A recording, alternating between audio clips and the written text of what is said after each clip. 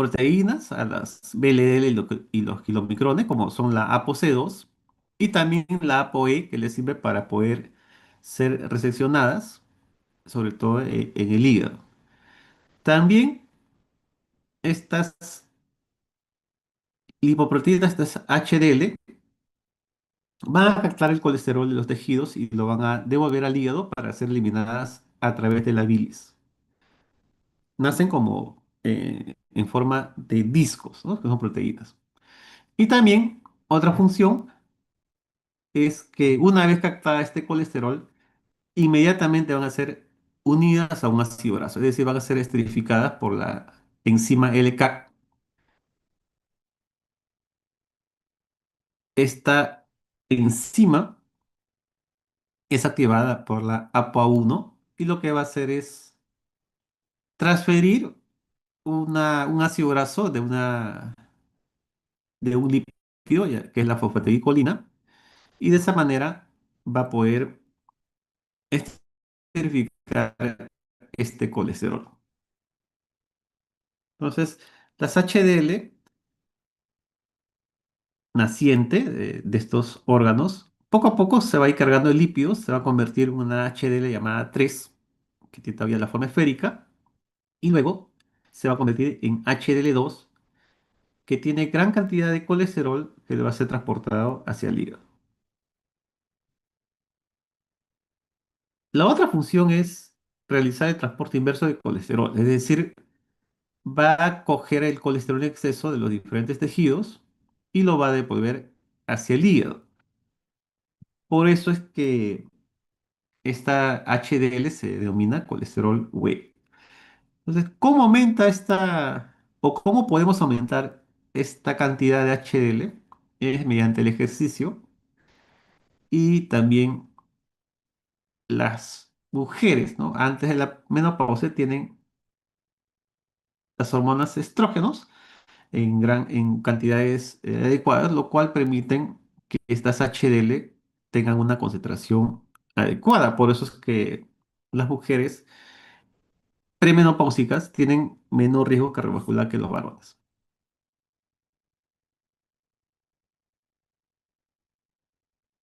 Muy bien, entonces, si lo vemos en un diagrama, estas HDL que nacen como en forma de discos sintetizadas en el intestino y en el hígado, poco a poco van a recibir lípidos de los tejidos, así como también de algunas lipoproteínas.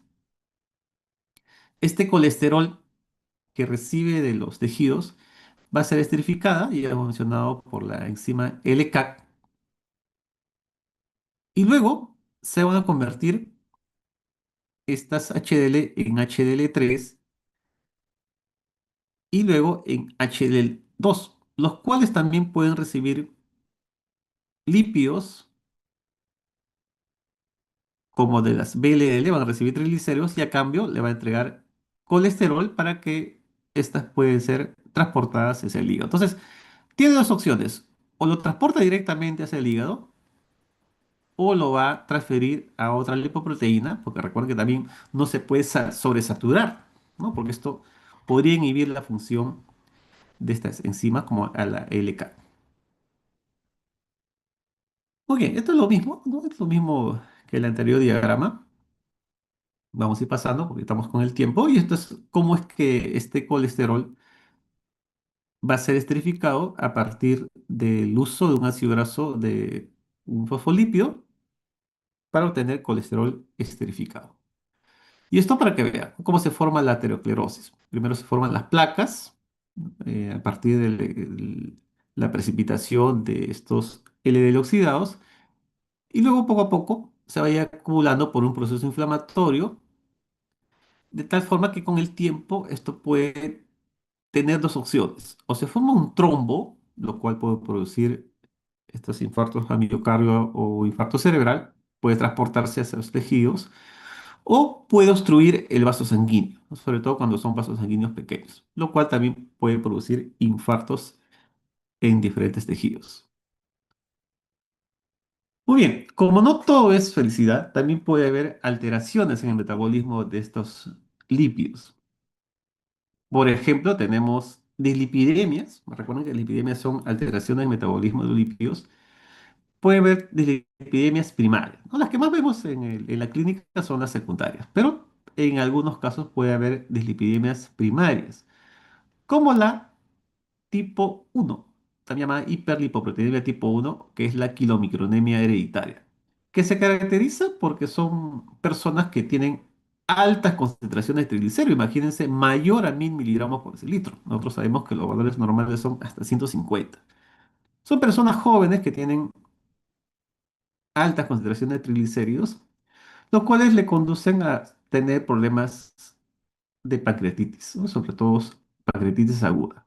¿Y a qué se debe? A que existe una deficiencia en esta enzima, la lipoproteína lipasa. Entonces, imagínense, si no tienes esta enzima, lo tienes en forma bastante reducida, estos triglicéridos no van a ser depositados en los tejidos y van a seguir circulando por la sangre. O puede ser de deficiencia de LPL o también de su activador, que es la ApoC2. Otra alteración vienen a ser las hiperlipoproteinemia hereditarias tipo 2 o disbeta-lipoproteinemia hereditaria, donde se está ApoE2, que sabemos es para que sea actado por el hígado. Hay un mal unión a su receptor y de esa manera estas IDL no se pueden eliminar, ¿no? Y de igual manera los remanentes de kilomicrones. ¿Qué conduce esto? A que el paciente tenga alta concentración de colesterol en la sangre y esto conduzca a una aterosclerosis prematura. Son pacientes bastante jóvenes con problemas cardiovasculares. Además, también tenemos la hipercolesterolemia hereditaria. Acá el problema es en el receptor de las LDL. Hay una disminución en su síntesis o un mal funcionamiento, de tal manera que el colesterol en la sangre que transporta estas LDL no puede ser captadas y vamos a tener pacientes con una gran cantidad o una gran concentración de colesterol en la sangre mayores a 400, 500. Recuerden que los valores normales son menores a 200, lo cual conduce, al igual que en el caso anterior, a la aterosclerosis prematura y alto riesgo cardiovascular. Personas bastante jóvenes, con antecedentes familiares, ¿no? Porque son enfermedades hereditarias. Y otro problema, como le mencionaba, cuando hay un desequilibrio entre la síntesis de triglicéridos en el hígado y la formación de VLDL, estos triglicéridos no pueden ser transportados, se van a acumular en el hígado y van a formar la enfermedad llamada esteatosis hepática o hígado graso no alcohólico, ¿no? Porque hay un hígado graso alcohólico. Esto tiene relación sobre todo en personas que presentan obesidad y también en personas con diabetes mellitus tipo 2. ¿Ok? Entonces es muy importante. Entonces, ¿por qué estudiamos estas lipoproteínas? Porque existen alteraciones en este metabolismo. Bueno, esto es un resumen. Esto lo van a tener ustedes en las diapositivas para que tengan una mejor comprensión en cuanto a estas lipoproteínas, ¿no? Su formación, su composición, la función de ellos. Y esto es nada más para que vean cómo es que cuando hay un aumento de alimentos, este suero se va a formar, lo que es transparente, se va a convertir en un suero bastante turbio. ¿No? Que incluso también esto lo vamos a ver en las personas que tienen estas lipidemias, sobre todo cuando hay gran cantidad de triglicéridos, de kilomicronas. ¿Ok? Entonces, con esto cerramos la parte de lipoproteínas. Bueno, ahora vamos a estudiar lo que son los ácidos grasos. ¿Ya? Los ácidos grasos. Ustedes lo han estudiado, desde el punto de vista estructural, es una cadena hidrocarbonada con grupo carboxilo, el cual se va a encontrar en forma ionizada, en forma de anión, lo cual le da esa característica anfipática. Tiene una reacción hidrofílica afín al agua y otra hidrofóbica. Cuando se encuentra libre, va a estar unida a la albúmina, que es un transportador de la sangre, pero ya hemos visto que este ácido graso, el 90% se transporta en las lipoproteínas. Bueno, ya saben ustedes que puede ser saturado, insaturado, cuando tiene más uno o más dobles enlaces. Y en el caso del humano, la mayoría se encuentra saturados o monoinsaturados. Acá tienen el. el diagrama, ¿no? La cadena hidrofóbica, que es la cadena de carbonos de hidrocarburo, el grupo carboxilo. Vean, cuando se forma, cuando tiene dobles enlaces, va a tener esta configuración cis, ¿no? Lo que hace que la cadena se encurve. Ahora, cuando tiene entre 2 a 4 carbonos, se denomina ácido graso corto.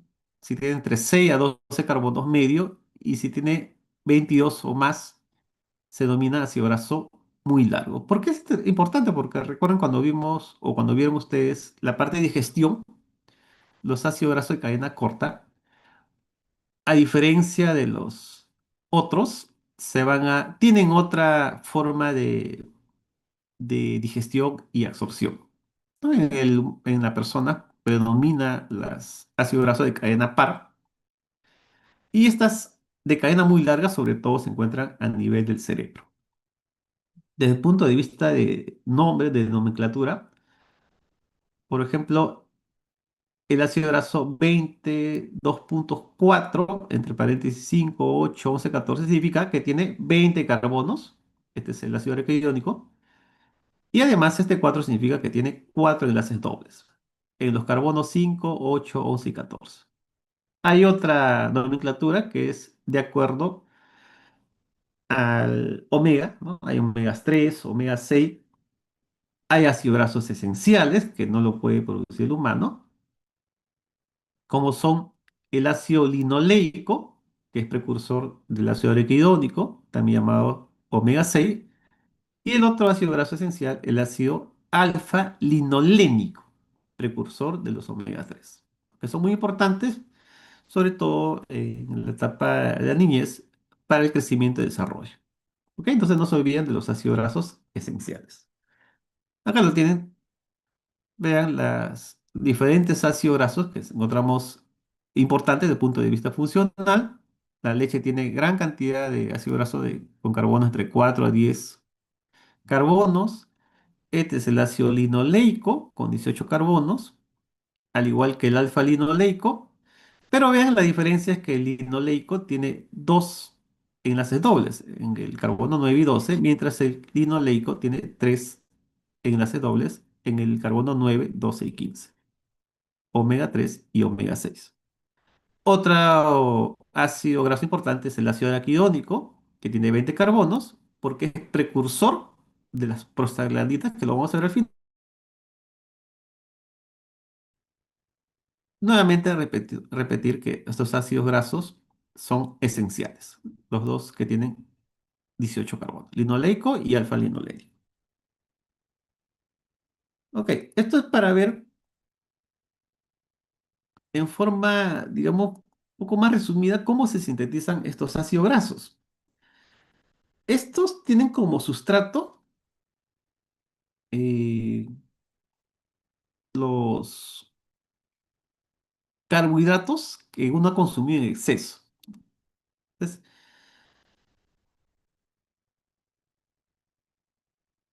Entonces, ya hemos visto cómo es la composición de los ácidos grasos.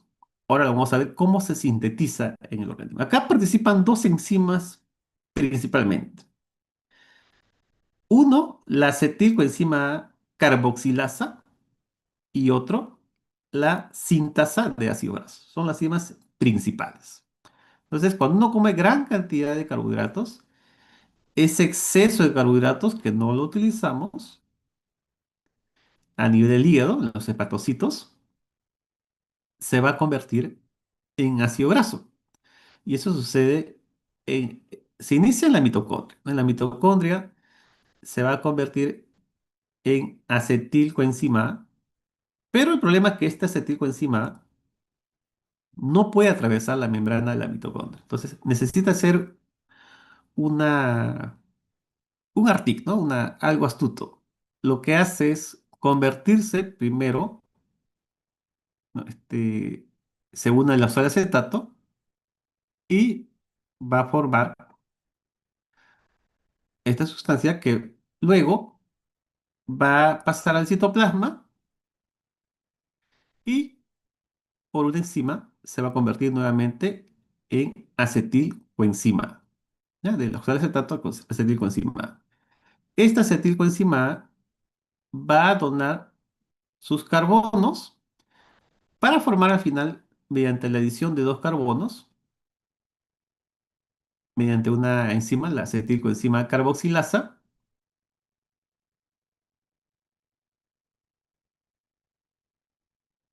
mediante todo un proceso que tiene varias etapas donde participan moléculas de ATP, se va a convertir en malonilcoenzima. Y esta malonilcoenzima, mediante ahora otra enzima, que es ¿verdad? Un complejo enzimático, sintasa de ácidos grasos, donde suceden una serie de reacciones, proceso de condensación, de reducciones, deshidratación, reducciones. Como le digo, es como si fuera una galería donde estos carbonos van a ir pasando digamos, de complejos enzimáticos de uno en uno y van a ir sufriendo todos estos procesos de reacciones químicas, como ya hemos mencionado, condensación, reducciones o deshidratación, mediante un transportador.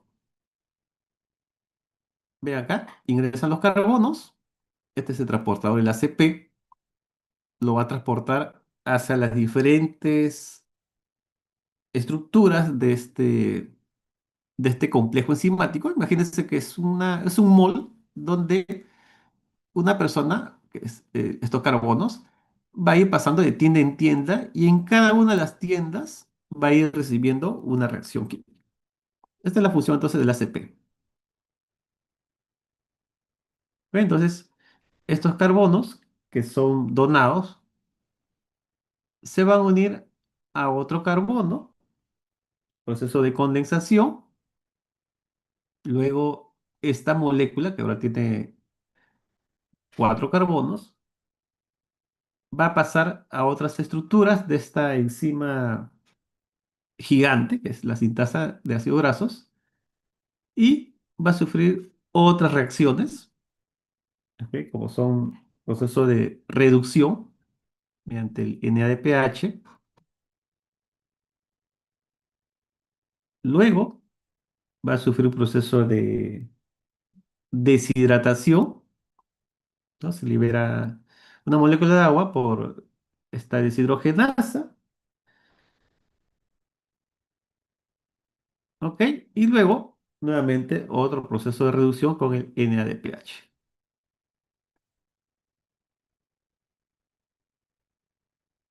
Y así.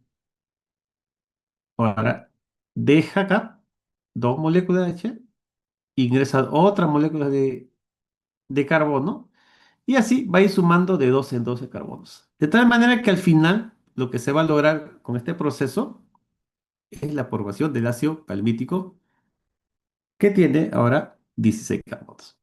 Entonces, en forma resumida, todo este proceso de síntesis de ácidos grasos. Acá lo vemos nuevamente, el exceso de glucosa, de los carbohidratos, va a formar gran cantidad de piruvato, el cual va a ingresar a la mitocondria.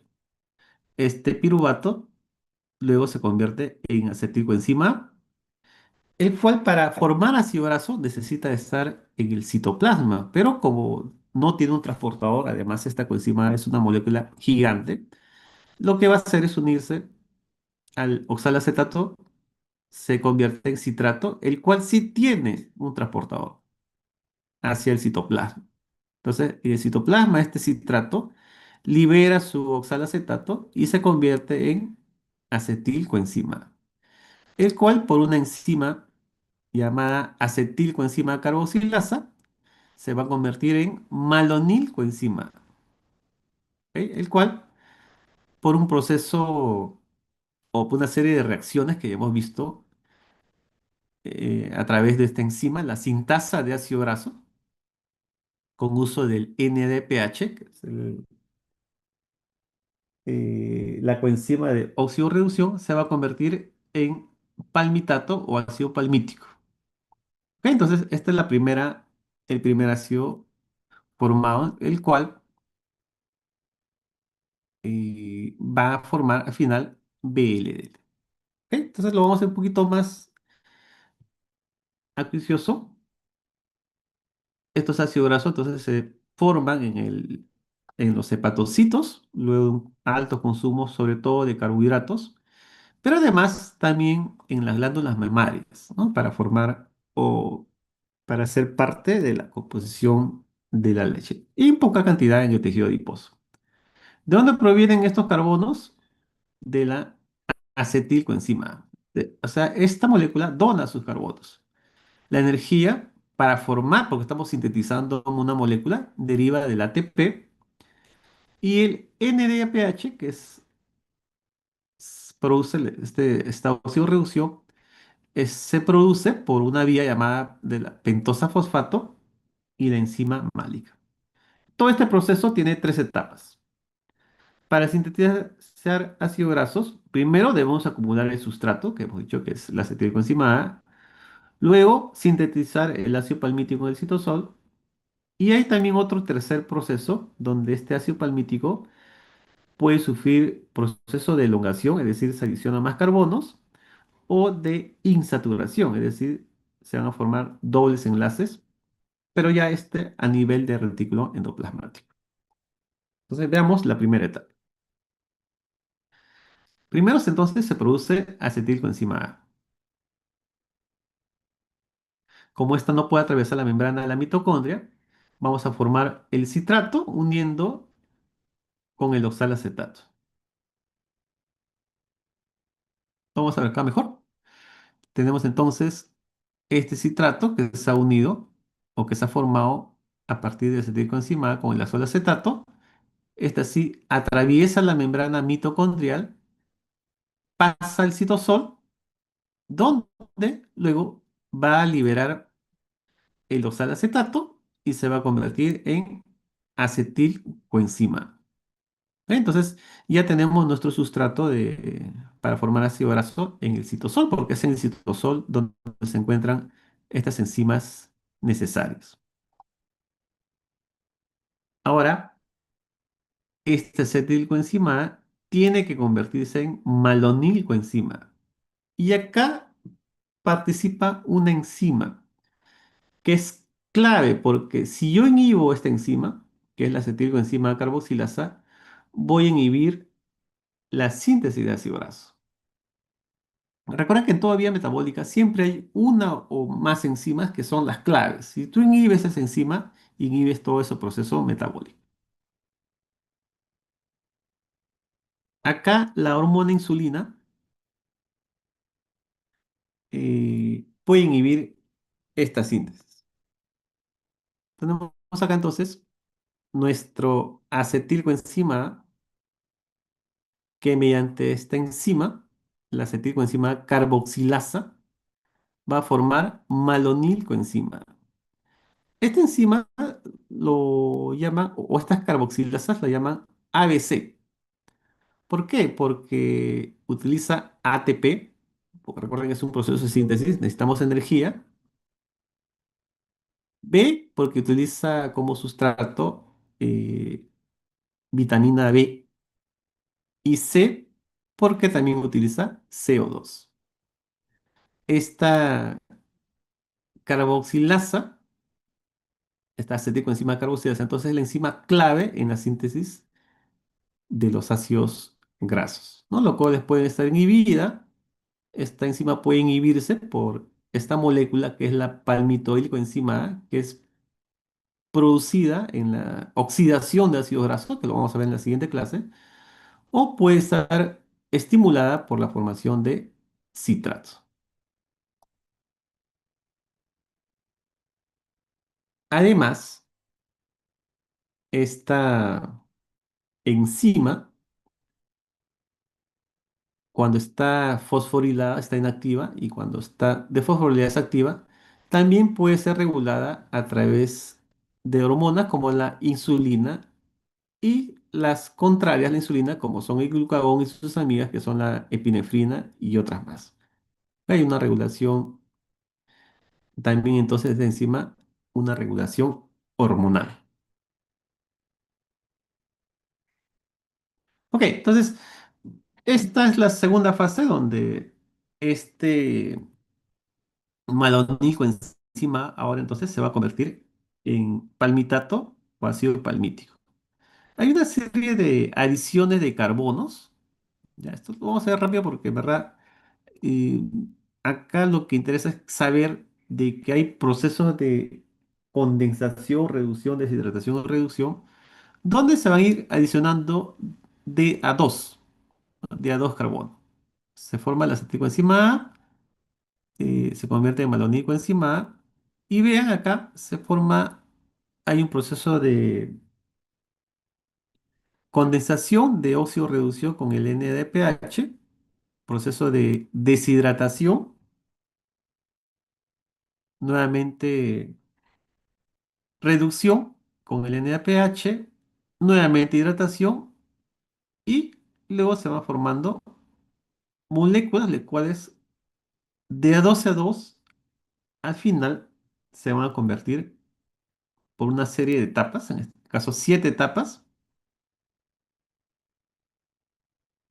con 7 repeticiones, hasta formar el palmitato o ácido palmítico, el cual tiene 16 carbonos. Entonces vean cómo a partir de una molécula de 2 carbonos se ha formado un ácido graso que tiene 16 carbonos. Entonces el producto de la sintasa de ácidos grasos viene a ser el ácido palmítico o palmitato, el cual puede alargarse en cuanto a carbonos mediante enzimas llamadas elongasas o como es una molécula insaturada, se puede saturar adicionando dobles enlaces. ¿Por qué necesitamos más ácido graso de cadena más larga? Porque recuerden que el cerebro requiere estos ácidos grasos de cadena muy larga. Entonces acá participan enzimas llamadas elongasas y también enzimas desaturasas, ¿no? Lo cual su función va a ser añadir dobles enlaces a estos ácidos grasos. Para ello requiere una serie de, de moléculas como el NADH, enzimas y otras más.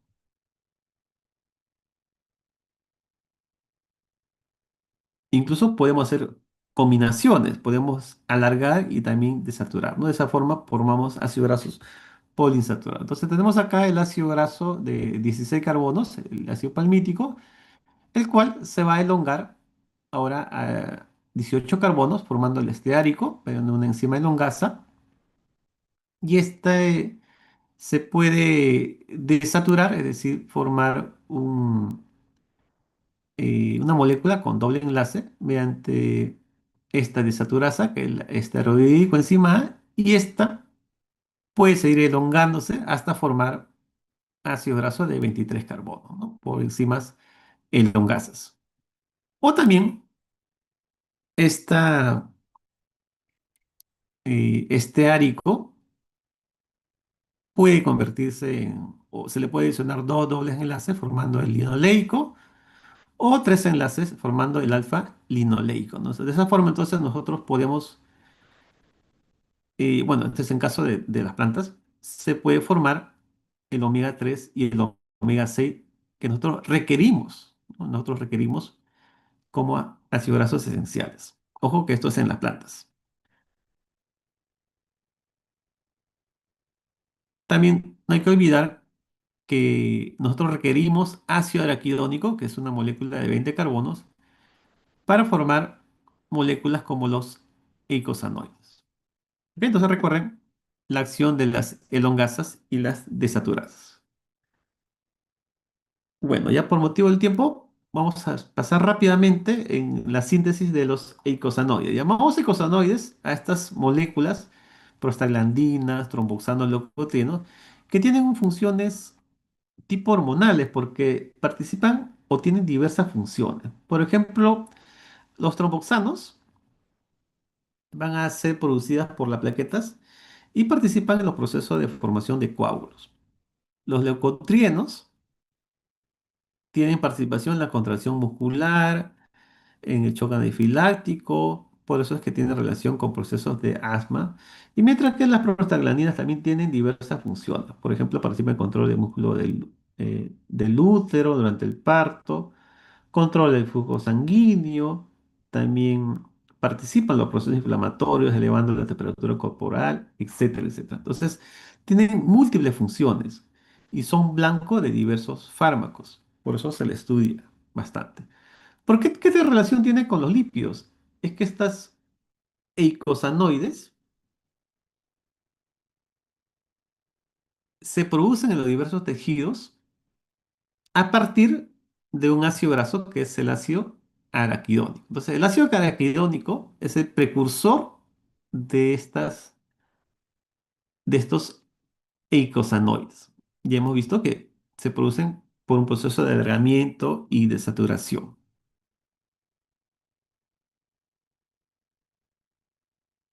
Entonces, acá también participan diversas sustancias, o, perdón, diversas enzimas como la fosfolipasa A2 que a partir de un fosfolípido, va a formar ácido araquidónico y luego por acción de dos enzimas, como la COX, la ciclooxigenasa, va a formar estos diversos tipos de eicosanoides, ¿no? Hay dos tipos de COX, la COX-1, la COX-2, el cual son blancos de medicamentos como la aspirina, que va a inhibir estas COX-1 y COX-2. Estas enzimas COX-1, COX-2,